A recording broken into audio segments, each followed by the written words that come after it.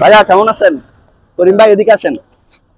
ইনি আমাদের বড় ভাই, শ্রদ্ধেয় বড় ভাই, মানবিক করিম ভাই। আপনাকে আমরা একটা ইলেকট্রিক হুইল চেয়ার দেওয়ার কথা বলছিলাম, মনে আছে? আপনাকে নিয়ে একটা ভিডিও করেছিলাম। এই ভিডিওটা বাংলাদেশের প্রায় 40 লক্ষ মানুষ দেখেছেন, তার মধ্যে আমাদের মানবিক করিম ভাইও একজন। এই ভিডিও দেখার পরে উনি আমাদের সাথে যোগাযোগ করছেন।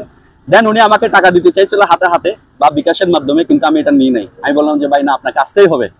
আমার অনেক রিকোয়েস্ট এবং অনুরোধে উনি আপনার এত ব্যস্ততার মাঝেও, ওনার ব্যবসা প্রতিষ্ঠানে অনেক ব্যস্ত থাকে উনি, এত ব্যস্ততার মাঝেও আমরা ওনাকে নিয়ে আসছি আপনার কাছে। করিম ভাই, আপনি আপনার ভালোবাসার উপহারটুকু ওনাকে গিফট করবেন, যেন উনি এই টাকাটা ওনার পরিবারের কাজে বা একটা ইলেকট্রিক হুইল চেয়ার কেনার জন্য যাতে উনি এটা খরচ করতে পারে। আসলে আমি যখনই শান্ত ভাইয়ের ভিডিও দেখি তখনই ওখানে আমার খুব ইচ্ছা ছিল যে আমি ওনার সাথে যোগাযোগ করি, কিন্তু তখন ওনার সাথে আমার কোনো যোগাযোগ ছিল না। এবং আমাদের হানিফ ভাই, আমাদের অনেকে যারা ছিলেন তার মধ্যে অন্যতম হানিফ ভাই, হানিফ ভাইয়ের সাথে যোগাযোগ করার পরে আমি শান্ত ভাইয়ের সাথে যোগাযোগ করি। তা আমারও ইচ্ছা ছিল যে আমি শান্ত ভাইয়ের এই ভিডিও দেখি ওনাকে আমি একটা হুইল চেয়ার দিই, কিন্তু আমরা এক সময় জানতাম 10,000 টাকা হলে 15,000 টাকা হলে একটা হুইল চেয়ার পাওয়া যায়, কিন্তু বাংলাদেশের বর্তমান প্রেক্ষাপটে একটা হুইল চেয়ার এখন সর্বনিম্ন কিন্তু হলো 40,000 টাকা, তা ব্যয়বহুল বলতে হয়। কিন্তু সেটা এই মুহূর্তে হয়তো সম্ভব হচ্ছে না, তবে চেষ্টা করে যাচ্ছি। যেহেতু আমার বড় ভাই শান্তু ভাই আছেন এখানে, উনি বলছেন আর আমার বলার কিছু থাকে না।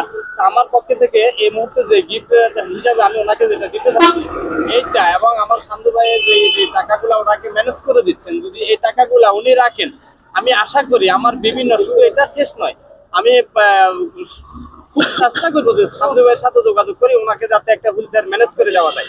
আর যদি উনি যদি চাই যে না, আমার এখন আমি হুইল চেয়ার ছাড়া চলতে পারতেছি, আমার ফ্যামিলি অভাব অনটনের কারণে এটা আমার ফ্যামিলির স্বার্থে খরচ করি, সেটা আমার একান্ত ব্যক্তিগত বিষয়, সেটাতে আমার বলার কিছু থাকবে না।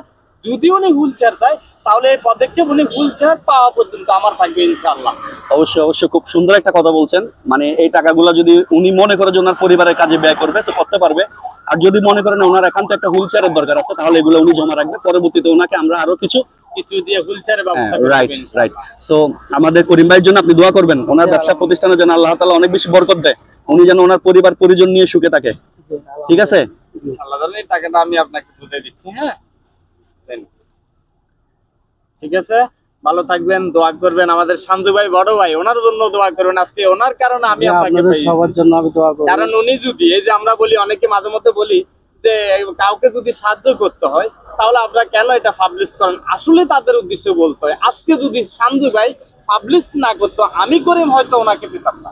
যদি আজকে শান্তু ভাই যদি ভিডিও ধারণটা না হতো, আমি করিম ওনাকে পেতাম না। আজকে হয়তো যতটুকু আমার সামর্থ্য অনুযায়ী ওনার পাশে দাঁড়ানোর সুযোগ হতো না।